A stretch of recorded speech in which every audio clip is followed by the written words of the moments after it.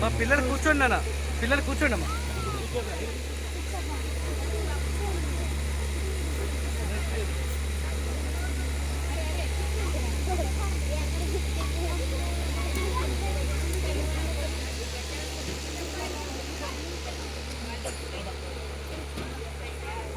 సన్మాన పత్రం ఓపెన్ అయింది.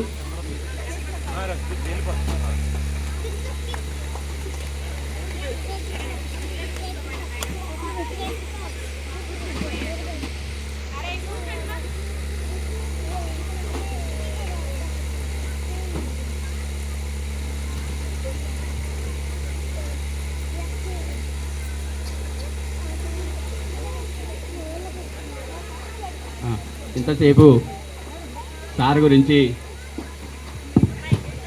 అందరూ ఎన్నో మంచి మాటలు చెప్పడం జరిగింది. దానికి సంబంధించిన పూర్తి సమాచారాన్ని మేము ముందు ఉంచుతున్నాను. విద్యోర విరమణ సన్మాన మహోత్సవ శుభాకాంక్షలు. 28 సంవత్సరాల పాటు ఉద్యోగ సేవలు అందించిన శ్రీ పోరంకి గోవిందరాజు గారు ఎస్ఏ సోషల్ మండల పరిషత్ ప్రాథమికోన్నత పాఠశాల తిరుమలకుంట అశ్వరావుపేట మండలం వారు 28/2/2026న ఉద్యోగ విరమణ చేస్తున్న సందర్భంగా మేము హృదయపూర్వక శుభాకాంక్షలతో వినమ్రంగా అందించు అభినందన మందార మకురంద సింధూర సహిత సన్మాన పత్రం.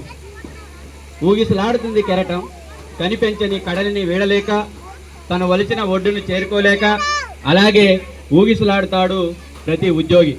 తాను చేసిన కొలువును వదలలేక, అలాగని ఇంకా కొనసాగలేక, తెలుసో లేదో గుడివాడికి దగ్గరలో ఉన్న దొండపాడుకు 6 దశాబ్దాలకు పూర్వమే తానొక ఉత్తమ ఉపాధ్యాయునికి జన్మస్థానమయ్యానని అనుకున్నారో లేదో పోరంకి వెంకటరాజు రామతులసమ్మ గారు 60 ఏళ్ల కిందటే తామొక ఆదర్శపాయునికి జన్మనిచ్చామని భావించారో లేదో ఆలు దిద్దించిన గోపాలకృష్ణయ్య మాస్టారు వేల మంది విద్యార్థులను తీర్చిదిద్దే ఒక ఉపాధ్యాయుని తయారు చేశానని ఊహించిందో లేదో ఎర్రుపాలెం ఉన్నత పాఠశాల ఒక ఉత్తమ గురువును ఈ విద్యా వ్యవస్థకు అందించానని తెలుస్తుందో లేదో నిరాడంబరులు, నిర్వజ్ఞులు, స్నేహశీలి గోవిందరాజు గారి గురించి చెప్తున్నానని.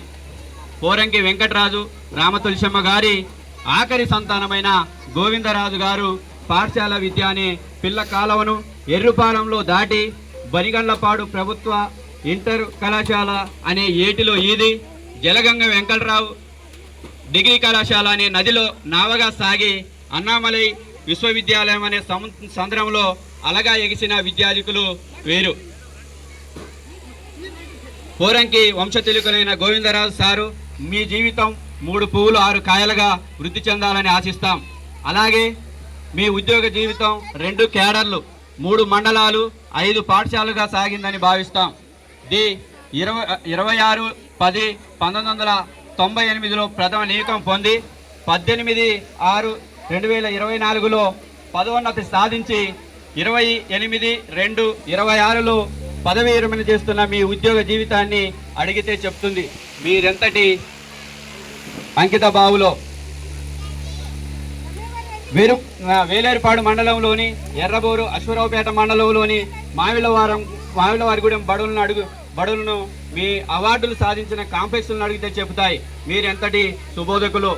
దమ్మపేట మండలంలోని మొండివర్య దిబ్బగూడెం ప్రాథమిక పాఠశాలలో మీ పాఠాలు విని ప్రయోజకులైన విద్యార్థులను అడిగితే చెప్తారు మీరెంత లబ్ధి ప్రతిష్ఠులు.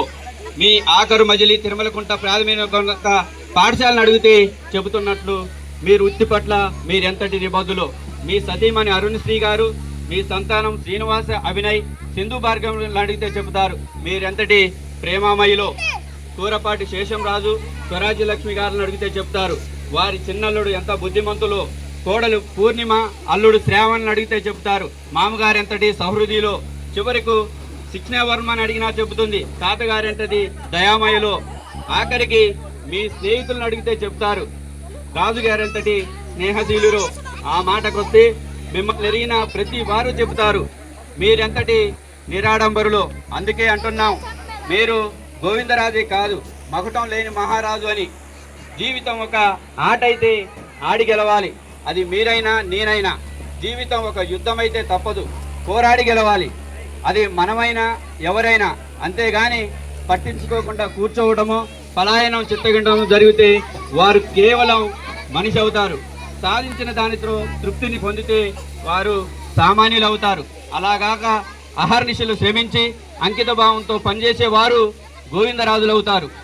ఉన్నత ఉద్యోగులు ఆజ్ఞలను తూచా తప్పక చిరస వహిస్తూ మీరు విధేయతకు విలాసమైనారు. అలుపన్నది ఎరగక విశ్రాంతిని కోరుకోలేక అంకిత భావంతో పనిచేసే మీరు మాకు మార్గదర్శులైనారు.